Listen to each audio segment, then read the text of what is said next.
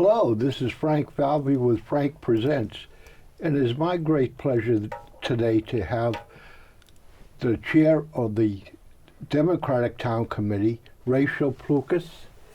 Welcome to the studio. Yeah, pleasure. And the chair of the Republican Town Committee, Allan Earls. Absolutely. Allan, welcome to the studio. Glad to be here.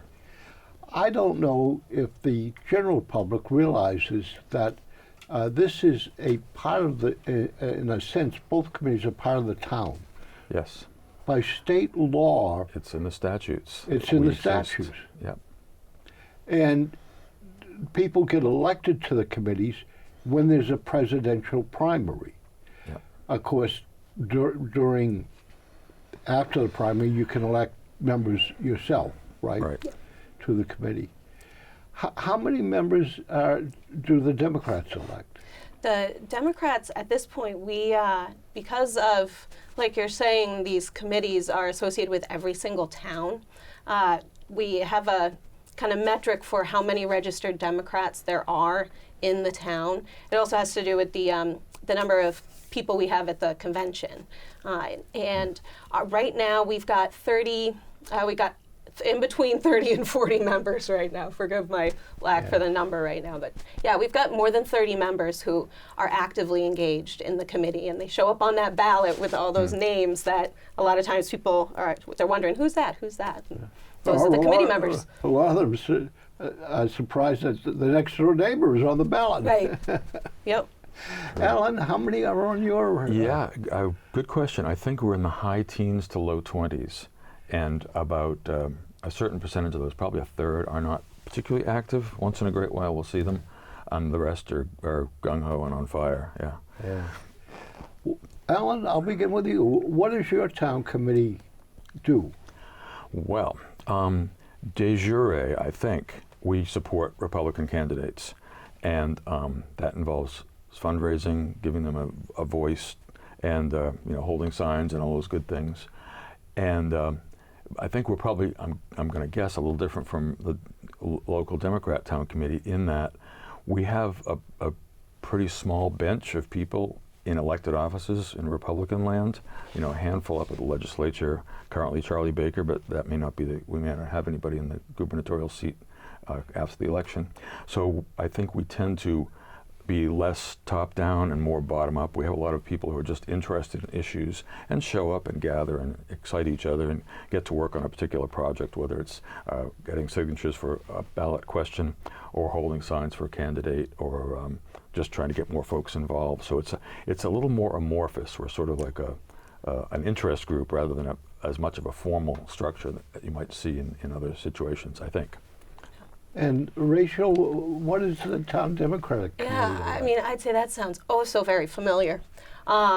We have a certain mission and vision. The mission is to promote the principles of the Democratic Party. There's both Massachusetts and the National Democratic Party, and that's our focus. That's what we always have to draw everything back to. But just like you're saying, there's a certain time where a certain person has a connection with someone on a certain ballot question, or has something going on at the town council that they're really interested in, and they'll get the committee involved. And it's so very amorphous, very usually. Yes. The both of the committees, the Democratic and Republican town committees, were founding fathers of venues at the 4th of July kickoff of the 4th of July celebration on the Common. So you've been both long-term on the Common. I know the Democrats sell pizza, they used to sell calzones and water. Yeah. And what do the Republicans sell? We were selling corn dogs, and we had some extremely ambitious hopes to go well beyond that. What did we end up selling? We ended up selling root beer floats, watermelon in cups, and I'm trying to remember what the other thing was. It was a blur of activity, and whatever we were serving sort of escaped me. But we're going to try to make it even more interesting next time around. We've now got the situation where there are food trucks competing as well, and you know, the carny people sell stuff. So finding their sweet spot in amongst all the other competing Literally. offerings is tricky. Yeah. Yeah, and if people, the viewing people don't realize is that each vendor or organization have their own specialty, and Yes. and you cannot sell Right, what right. someone else is selling. That's right. It's an agreement in restraint of trade, I think you'd call it legally. Yeah, and that also it is the Carnival Company too that's a part of that. Right. I don't know Yeah. if it's been a part of the if it's always been that way. Do you know? I don't know. I gather the most recent group of people managing it have worked out It has Yeah. always that been group that way. amongst Okay. the. Yeah, Yeah. yeah. I gather both of you give monetary support to Republican and Democratic candidates from the town committee. We do. Yes. No Democrats, I promise. Yes, we do. And is that both at a local and state and national level, or is it more just at a state level? Yeah, so for us, their spending on a national level is much less common. We are more interested in the state-held offices. Yeah, Yeah, I would have to say the same thing. I haven't been long enough to be in this position through a national election, but I suspect we would still emphasize local first and foremost. Again, it's a democratic process within the Republican Town Committee. We reach a consensus, and if it's all legal and whatever, then we go ahead and do it. But there's no hard and fast rule about what we do, as long as we're supporting Republicans. Do you feel that on a local town election where you're electing people that are going to serve the town of Franklin, that both committees should be actively involved in a local campaign, or how involved should they be? so for an office that is like explicitly a nonpartisan office, or for Yeah, like an assessor or the town clerk, Right. or the town council school committee. How involved do you think each committee should be in local elections? Yeah. Well, I'd say it depends in terms of who that candidate is. If that person is someone with relationships with people who members of the committee, an official endorsement is a different thing. And that's a very different thing, an official endorsement for a nonpartisan candidate. The mission is to elect Democrats or elect Republicans, not elect, Nonpartisan people, yeah, right. So, yeah, there's a fine line Yeah, there. and I would, not to dive into a too controversial area, but personally and amongst Republicans, there was a lot of feeling that the local elections in the last cycle got kind of politicized. The Democratic leadership came in and endorsed all slate of local candidates, which I don't think had ever happened before, to my knowledge. So that seems a little concerning. Many of us were active with local candidates, but it was never an official act. That I don't believe anybody contributed money that I can think of, at least as a committee. Individually, they may have, but I like the idea of keeping the local thing a little less partisan. Hard to do in this modern age, frankly. So, that's essentially the pushback I got from some of your colleagues that says, well, everybody knows which way these people lean, so They don't. Just deal with it. But Everyone doesn't know. No, they don't, and I like the idea of it being a kind of a neutral ground, so people can talk about the local issues without having to talk about the most controversial national issues. It's a good ground for people to just develop some political confidence and to really deal with local things, people to people. So we're working on that, I guess. Hopefully we can keep it fairly nonpartisan. That's my hope, and keep our focus as committees on those other races. But I guess your other hope is that you can encourage more candidates to run for office so that you are not having a situation where like in Franklin for many years, there was only one candidate for many different offices. Yeah. How do you encourage candidates to run? I mean, or let me take this past election in the primary. particularly for the Republican Party. I was really surprised that you had 3 write-in candidates. In other words, they hadn't gone through the normal route of having petitions signed. Yep. And for the general public out there, depending on the office that you're running for, depends on how many names you Right. need people to sign a petition for. Right. And maybe you both can explain that before we go further. Yeah, I forget for the office for representative for Franklin and our chunk of Medway there. I think it was less than 200 150, write-ins. believe it or not, 150, which is for, similar, I think, for what's required for local office for it? signatures. Like if you want to run for town council, I think you need 100 or 150 just for that. So it's similar. Yeah, And which is work. It is work. That It's a lot takes of work. time and effort, And even for incumbents. Right. Yeah, because they need to sign the papers. They need to make sure they're registered in that party. In other words, if they're running on the Democratic Party, they have to be registered Democrats. Am I saying that correctly? And you have I to believe be so, yeah. registered Republican. Yeah, I think maybe to be on the for ballot signatures. I know an ballot sign- independent can right. sign any Yes, ballot. I think so. Yeah. Yeah. They can. Yes. Yeah. Let's see. Well, that doesn't make a lot of sense because then they could sign a Democrat and a Republican state Right. Senate ballot. Yeah, you very well could. I suppose. You told us no pop quizzes. What's going on here? I don't know. I don't know. Yeah, I'm not. At this hour of the morning, All with right. only 1 cup of coffee in me, I'm not sure. But I'll be glad to Coming get you the back to answer. my question, Yeah, how to is get people we, run? we had 3 people Yes.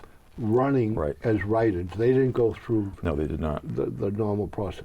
What was the backstory of that? Well, in Massachusetts, the Republican Party is pretty small, and as I think many people know who pay attention to politics at all, we have a considerable division between our governor and people who are his supporters, who very roughly you could say they're middle of the road or maybe somewhat more liberal Republicans, and then more conservative people, often identified but sometimes misidentified as Trump supporters.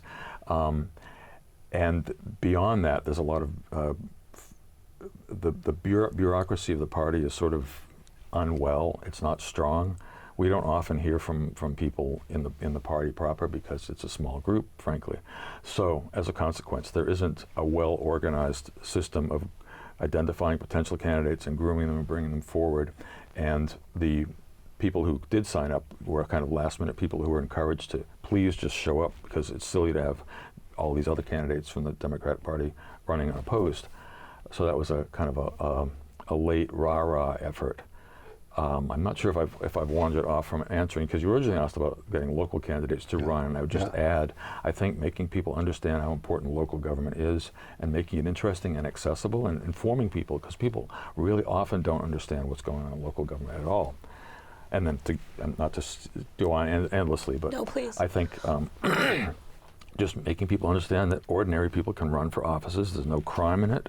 You don't have to be specially qualified. You hope that when you get elected, you'll be competent and learn and do a good job. But that's one of the wonders of the US of A is we do not have a permanent political class. We encourage everyone and anyone to show up and make their case before the voters. And I think there's a strong argument on local elections that says, folks, most of your money in economic terms is a local Right. situation. So if you really are concerned about politics, you're concerned about your Right. pocketbook, you're concerned about government, you really want to find out who's running and what's happening, and yet it's the smallest turnout of any of the elections we have. What comments do you have about how important local elections are? I would very much agree with that somewhat common understanding that the closer you are to the person you elect, the more likely they are going to be to be impactful in your life and in what you feel as that person, or as that person serves you. You're more likely to get a bang for your buck out of that vote, I would say. And you know where they live. You can call up and say what the heck's going on. Right. But this is, if I can veer off topic just a bit, because I don't want to miss this. One of the things, and this relates to local political involvement and people's general relationship to politics, we both came into our roles at about the same time, and we both inherited constituents, if you will, that were upset with people from the other party, very upset. And rightly or wrongly, that was a situation. And I think Rachel and I have talked and tried really hard to make sure we keep things as civil as possible. We disagree about a lot of things, but we always, at the end of the day, find things to talk about. And I enjoy Rachel's company. We disagree about a lot of stuff, but Rachel's a great person, and we really work hard to get people. I know particularly there were some angry Republicans who have, recently a Republican from out of town came to the Harvest Festival and was really unpleasant to Rachel, which is very upsetting, because that's not the kind of situation we're trying to foster. And it doesn't mean being milquetoast or not standing up for what you believe. It just means let's set some reasonable terms of debate, and let's let our ideas do the talking, not just our loud voices. So that, I think, is also part of it. A lot of people are disgusted with politics on either side because one side or the other is so loud and noisy. So we want to be loud and noisy and effective and communicative and positive, I think. Yeah. He's forgetting, though, it's really not that hard for Allan and I to, kind of sit and enjoy each other's company. We're both history nerds. Yes. We both have a subject matter that when you've got someone Right. who can reference something that you're like, we've got that shared passion, so it's kind of hard for us to not join a conversation on common ground. Unfortunately, that's not where a lot of others are. That's why this type of program probably ought to be a continuation, because we can demonstrate to people in Franklin how to carry those conversations on. Right. And what are the issues behind our disagreements, and more importantly, how can we look at reconciling Right. and coming to maybe some type of not consensus, but solution. Right. Election day, if I could just interrupt. That is it. Election Exactly. day is a great Right. time and place for that. Here in Franklin, at least. We should be proud for the way It's true. that elections take place here, outside and inside. Allan and I, he's a great face to wake up to that morning and say hello, and here we go. The sun will come out, we'll get our votes, and then the sun will go down, and we have a good time. It's fun. We can begin by covering that in Franklin and now in the state of Massachusetts, you can vote by mail.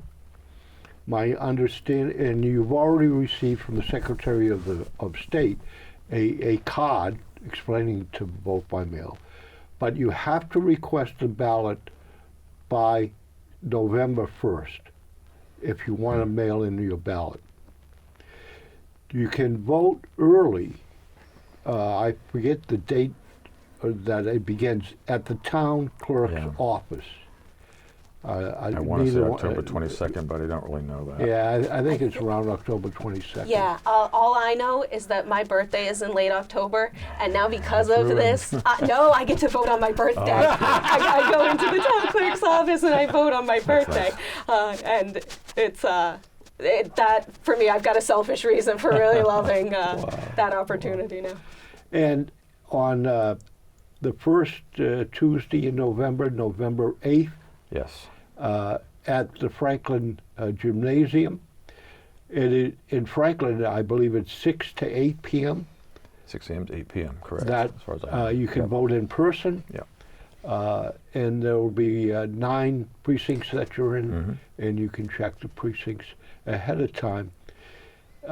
People that are running for office or holding signs need to be 100 feet from the election place, and you cannot wear political signs or badges on your coats or whatever when going in. Right. Is there anything that either one of you really like to make us closing remarks?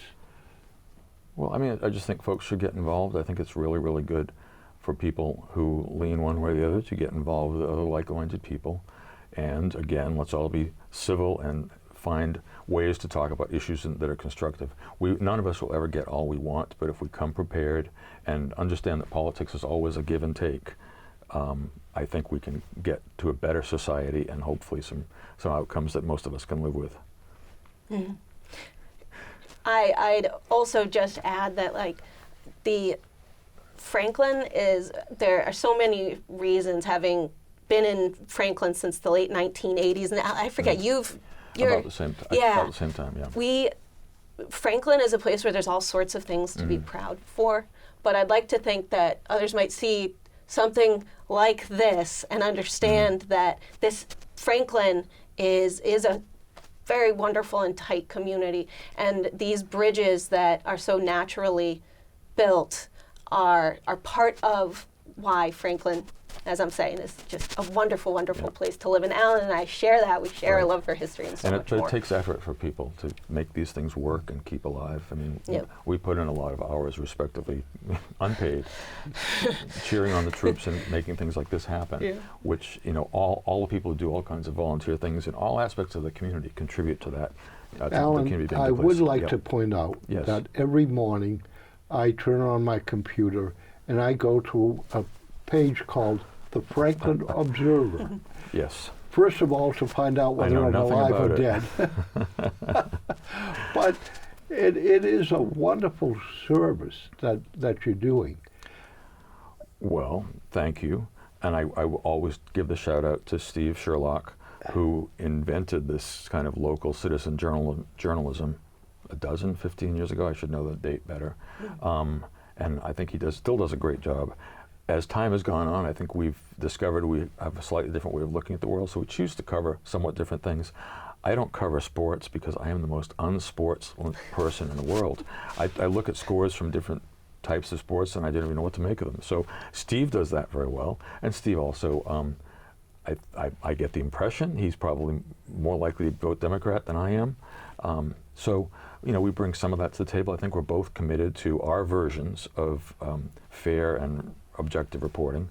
I know personally, sometimes I throw in a few facts I think people really ought to know that are not 100% nonpartisan. How can people access that website? Yeah, Franklin Observer, one word, .town.news, and you can sign up and receive it free every day. It's mostly volunteer effort, but it's also supported by some local advertisers, which is kind of a nice thing. Franklin Observer. .town.news. Yep. Great.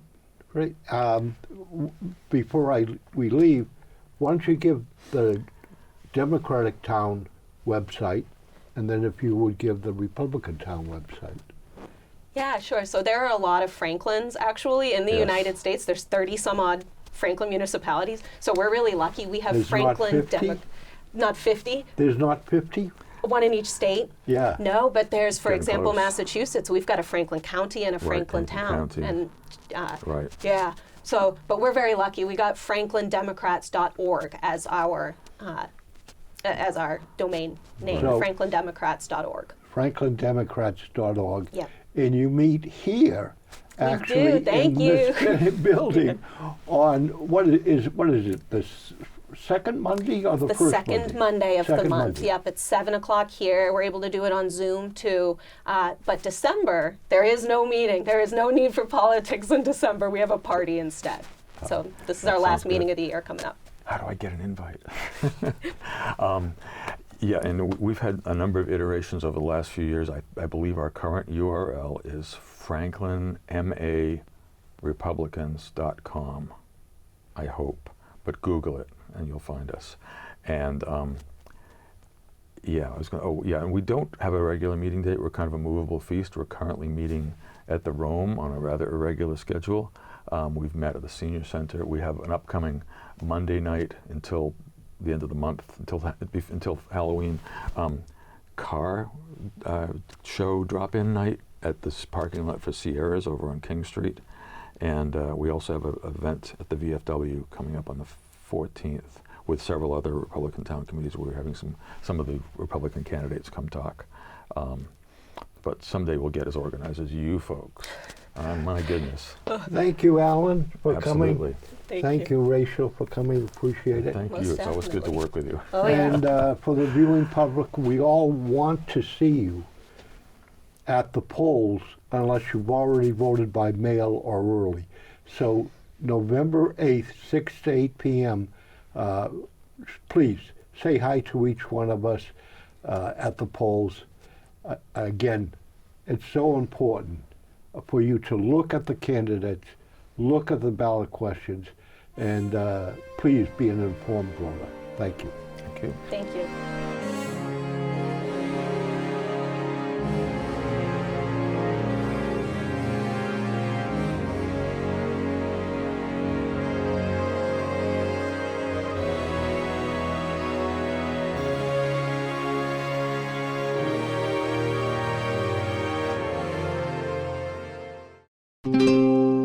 This program was made possible by your Franklin friends and neighbors, good folks just like you. Thanks for supporting Franklin TV. And thanks for watching.